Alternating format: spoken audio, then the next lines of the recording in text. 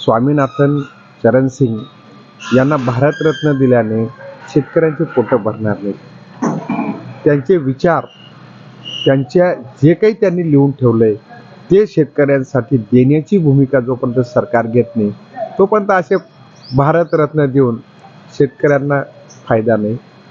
सरकारांना विनंती आहे, राजकीय लोक मध्ये टाकणं सोपं आहे, पण ज्याचं पोट भरलं नाही, जेव्हा जेव्हा आज जेही नक्सलाईट म्हणून देशात भिनवले जात आहेत ते कसे तयार झालेत?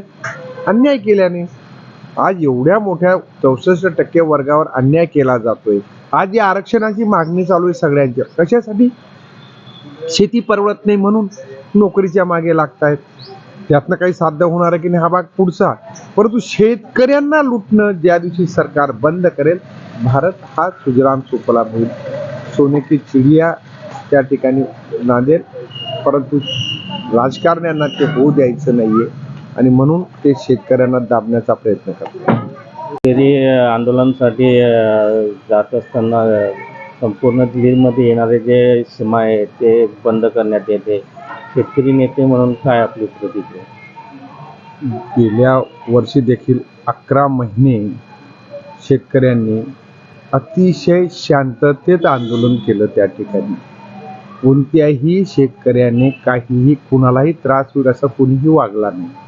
इतक्या मोठ्या प्रमाणात इतक्या मोठ्या काळापर्यंत आंदोलन केलं ज्या MSP साठी। आज सरकार म्हणतं 80 कोटी जनतेला आम्ही फुकट अन्नधान्य देतो। खरं म्हणजे सगळ्या सरकारांना आधीपासूनच आता लाजेची आणि शर्मेची गोष्ट आहे की तुम्ही 80 कोटी जनतेला भिकेला लावलं, ही प्रगती नाही। आणि ज्यांना फुकट देत आहेत ते कुणाच्या जीवावर? शेतकऱ्यांना लुटायचं, इतर सगळ्या गोष्टी त्यांना बाजार भावाने घ्यायला लावायच्या आणि त्यांचा माल मात्र बाजार भावापेक्षा उत्पादन खर्चापेक्षा कमीमध्ये घ्यायचा आणि गरिबांना वाटून स्वतःची पाठ फुटायची। ही जी भारताची लोकशाहीची राजनीती चाललेली आहे।